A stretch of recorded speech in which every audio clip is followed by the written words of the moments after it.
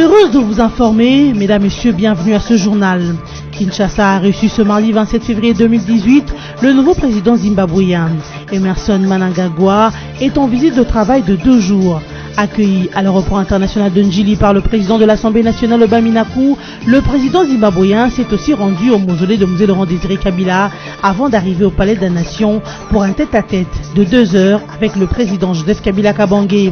Ces entretiens se poursuivront le mercredi 28 février. Et puis le policier tueur de l'activiste Rossi Mukendi Chimanga pendant la marche du CLC ce dimanche 25 février est mis aux arrêts. Le policier Tokis Kumbo a utilisé les balles en caoutchouc à moins de 20 mètres pour défendre son commandant d'unité, Loke Sokarine, qui se trouvait devant une foule hostile, indique le communiqué de la police. Ce brigadier sera déféré à l'autorité compétente pour violation des consignes. En sport, Coupe d'Afrique des Nations Football U20 Niger 2019, les Léopards juniors de la RDC feront face aux Tanzaniens pour les préliminaires. 55 joueurs présélectionnés par la RDC afin de préparer la double confrontation aller-retour. À l'issue des éliminatoires qui regroupent une quarantaine de pays, seules 8 équipes seront qualifiées pour la phase finale au Niger. Le nouveau président zimbabwéen Emerson Mnangagwa séjourne à Kinshasa depuis ce mardi 27 février 2018 à 13h pour une visite de travail de 2 jours. Il a été accueilli à l'aéroport international de Njili par le président de l'Assemblée nationale Obaminaku. Après son installation dans la suite présidentielle du Kempinski Fleuve Congo Hotel, Emerson Mnangagwa s'est rendu au mausolée de Musée Laurent Désiré Kabila pour s'incliner devant sa mémoire. Le chef de l'État zimbabwéen a marqué son passage en ce lieu par quelques mots dans le livre d'or.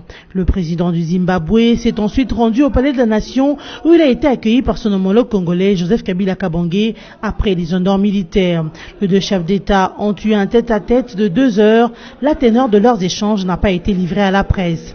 Ces entretiens vont se poursuivre demain mercredi en fin de matinée après une visite du président zimbabwéen au Collège de hautes études et stratégies de défense militaire sur l'avenue des forces armées ex-haut commandement. Son retour au Zimbabwe est prévu le même mercredi à 15h après un bref arrêt au monument de Patrice Emery Lumumba pour le dépôt d'une couronne de fleurs.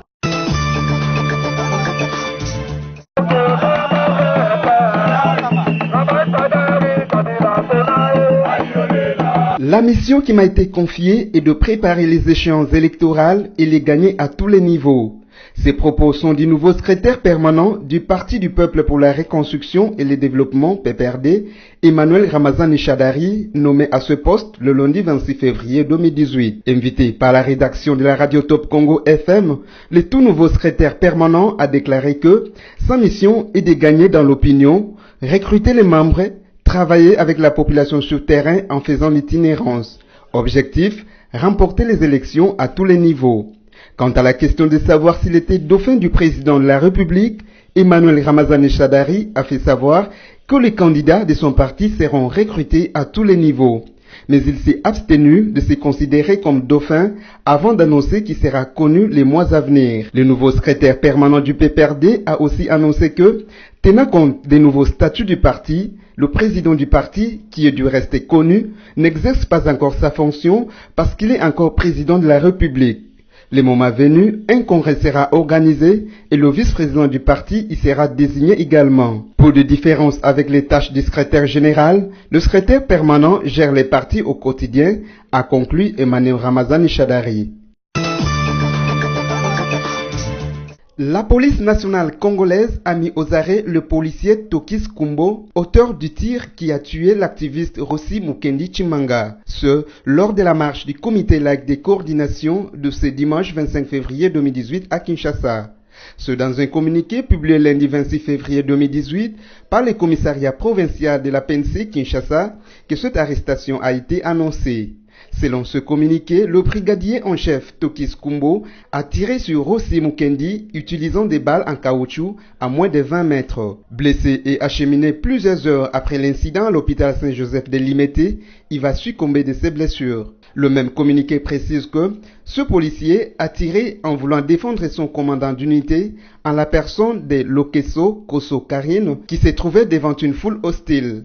Le policier incriminé sera donc déféré à l'autorité compétente pour violation des consignes. À l'heure actuelle, le bilan officiel reste de 2 morts, dont un à Mbandaka dans la province de l'Équateur et un autre à Kinshasa. Par ailleurs, le commissariat provincial de la police ville de Kinshasa informe l'opinion nationale et internationale que toutes les personnes interpellées au cours de cette manifestation ont été relaxées.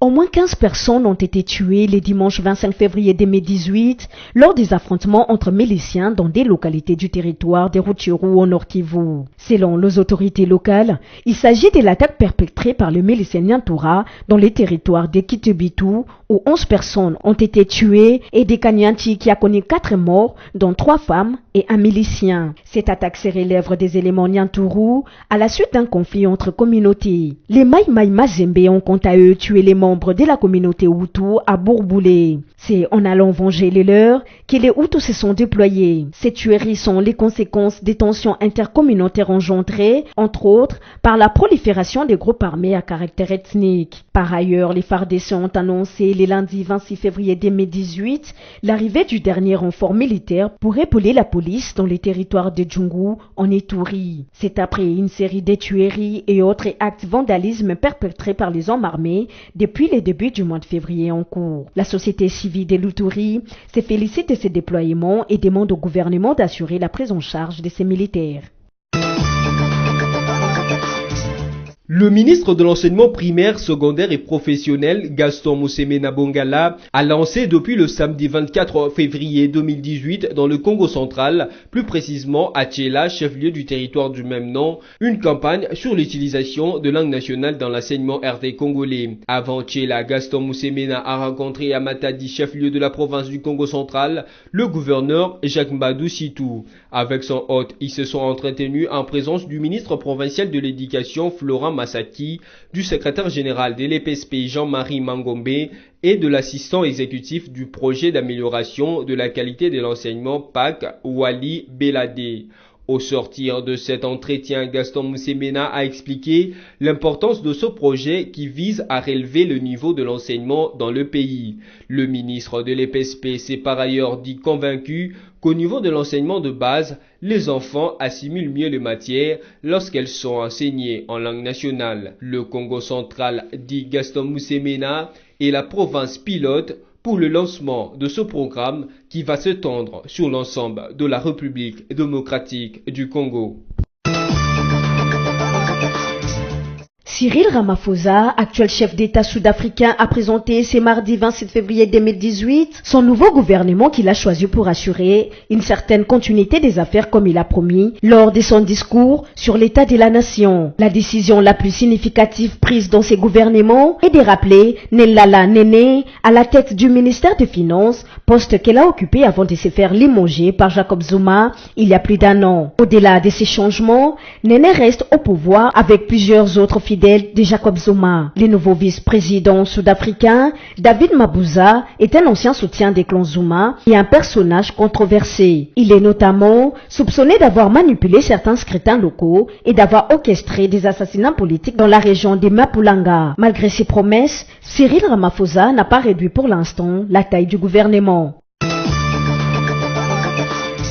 Les Léopards juniors de la République démocratique du Congo disputeront les préliminaires de la Coupe d'Afrique de Nations de football Niger 2019 contre les Tanzaniens. Le match aller de ces préliminaires est prévu pour le week-end du 30 au 31 mars jusqu'au 1er avril à Dar es Salaam et le match retour du 20 au 21 avril à Kinshasa. En prévision de cette double confrontation, la présélection congolaise des U20 sera composée de 55 joueurs évoluant au pays et à l'étranger, convoqué par Eric Chibassou. À la fin de ces éliminatoires qui regroupent une quarantaine de pays, seules 8 équipes seront qualifiées pour la phase finale au Niger. Notez en plus que l'entraîneur du football club Lupopo Prinoblar est mis aux arrêts depuis vendredi 23 février 2018 à la Direction générale de migration DGM. Prinoblar, des nationalités ivoiriennes, est poursuivi pour séjour irrégulier en RDC. À en croire le responsable de la DGM, les documents qu'il détient n'est pas conforme, et cela depuis 4 ans. Les confrères de la radio Okapi ont tenté de joindre les responsables provinciaux de la DGM pour plus de détails, mais sans succès. Dossier à suivre.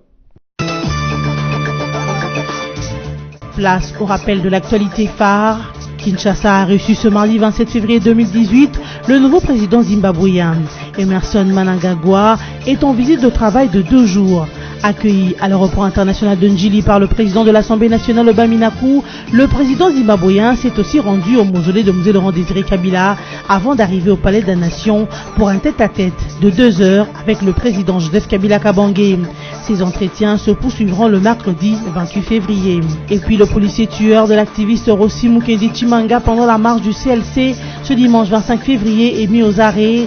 Le policier Tokis Kumbo a utilisé les ballons caoutchouc à moins de 20 mètres pour défendre son commandant d'unité, Loke Sokarine, qui se trouvait devant une foule hostile, indique le communiqué de la police. Ce brigadier sera déféré à l'autorité compétente pour violation des consignes. En sport, Coupe d'Afrique des Nations Football U20 Niger 2019, les Léopards juniors de la RDC feront face aux Tanzaniens pour les préliminaires. 55 joueurs présélectionnés par la RDC afin de préparer la double confrontation aller et retour. À l'issue des éliminatoires qui regroupent une quarantaine de pays, seules 8 équipes seront qualifiées pour la phase finale au Niger. Fin de ce journal télévisé. Merci de l'avoir suivi.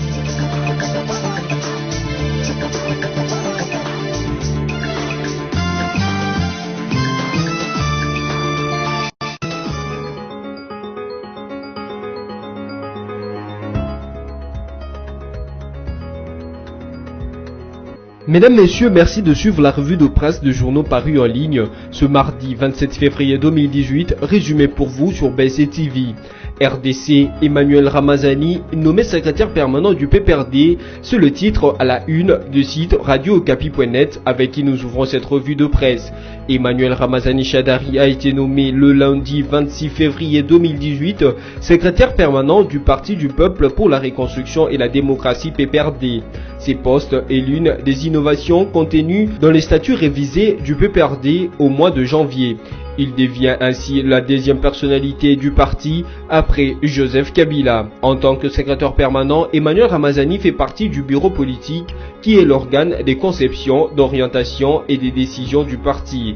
L'article 37 de même statut donne au bureau politique la mission de décider de l'alliance et regroupement avec d'autres partis politiques, d'entériner la désignation des animateurs et des organes de base, et enfin entériner également des candidatures de membres aux différentes élections nationales, provinciales, urbaines, municipales et locales. Ancien secrétaire général adjoint du PPRD, Emmanuel Ramazani Chadari assumait jusque récemment les fonctions de vice-premier ministre et ministre de l'Intérieur. Il a été remplacé au gouvernement par Henri Movasakani. Poursuivons cette revue de presse avec les sites d'actualité Congo Virtuel qui notent « Voici comment Mosengo torpille les élections ». Depuis que l'Église catholique a signé à Chantilly le manifeste visant l'instauration d'une transition sans Kabila, l'archevêque de Kinshasa a pris le commande de la croisade visant à faire échouer les processus électoraux pour faciliter la prise de pouvoir par voie insurrectionnelle. Du rejet du fait Malou Malou à l'hypothèque sur la machine à voter, en passant par la récusation de Corneille Nangaa ou la disqualification de partenaires aux élections, les obstacles ne se comptent plus. Alors qu'il coachait une marche qui devait se tenir le dimanche 25 février 2018, après avoir officiellement démontré sa reconnaissance provisoire du CLC, le cardinal Laurent Mosengo Passigna s'est présenté samedi dernier à l'aéroport international de Njili pour s'envoler vers l'Europe à bord d'un régulier SN Bruxelles. Malheureusement, l'avion a connu une panne alors qu'il effectuait déjà les taxis et il a fallu un camion pour les remorquer vers le tarmac. L'archevêque de Kinshasa a attendre jusque tard vers minuit pour s'envoler finalement, abandonnant derrière lui ses fidèles. Et le mort et blessé que l'on a dénombré dimanche dernier sont des vrais pains bénis pour le lobbying qu'il a entamé en Occident. Comme les acteurs politiques congolais nous ont déjà habitués, le prélat catholique comptait bien aller vendre le sang innocent de Congolais qu'il a fait mettre dans la rue avec pour objectif clair de discréditer le pouvoir en place et in fine la disqualifier comme partenaire aux élections afin de ne laisser aucune autre alternative à une transition sans Kabila. Ceci simplement parce que Mosengo et ses alliés politiques internes et externes n'ont aucune place dans leur stratégie pour des élections apaisées ou pas. Bouclons cette revue de presse avec Forum de Zaz qui écrit « Fixé au 13 avril prochain à Genève, la conférence des donateurs, un grand coup, signé Samy Badibanga. La conférence internationale des donateurs pour la RD Congo aura lieu le 13 avril prochain à Genève en Suisse. Cette rencontre de bailleurs de fonds au profit de populations congolaises en détresse est le fruit du lobbying de Samy Badibanga auprès des Nations Unies, de l'Union Européenne et à travers les partenaires traditionnels. C'est aussi à Washington qu'à Paris et à Bruxelles, il s'agit ici d'une démarche purement citoyenne à milieu de la politique. C'est sur insistance de la presse que Samy Badibanga a délié sa langue. De tout temps, cet homme préfère des actions à la politique spectacle. Comment peut-on rester indifférent face au tableau sombre de la situation humanitaire dans les zones affectées par les conflits en RD Congo? Voilà qui constitue la problématique ayant motivé Lely de Mohamba dans son plaidoyer. Sans tambour ni trompette, le Premier ministre honoraire n'a pas usé de moindre euphémisme pour manifester sa révolte devant la grave crise humanitaire qui frappe la RD Congo. 6 millions de morts dans l'Est, conflit pigmenté bantou dans le Nord Katanga, espace Grand Kasaï fragilisé par le phénomène Kamina Sampou qui a plongé Saint-Convence dans une misère indescriptible. Face à cette situation de précarité abjecte, Samy Badibanga a fait été son carnet d'adresses. Déjà en 2017, il a contacté et sensibilisé 2 hauts responsables de 2 grandes confessions religieuses, à savoir le cardinal Mosengo et les pasteurs Bokondoa, président de l'Église du Christ au Congo ECC, dans le cadre de la coordination de l'ONG Espoir. Ensemble avec les 2 pasteurs, Samy a pu apprêter les plaidoyers. Depuis cette croisade pour la bonne cause a fait du chemin. Pour preuve, la communauté internationale, par les billets des Nations Unies, a placé la RD Congo au cœur de l'agenda humanitaire. Rendez-vous pris la première quinzaine du mois d'avril prochain dans la ville siège européen de l'ONU. Cette revue de presse est terminée. Merci à vous qui l'avez suivi et bonne suite de programme sur votre chaîne.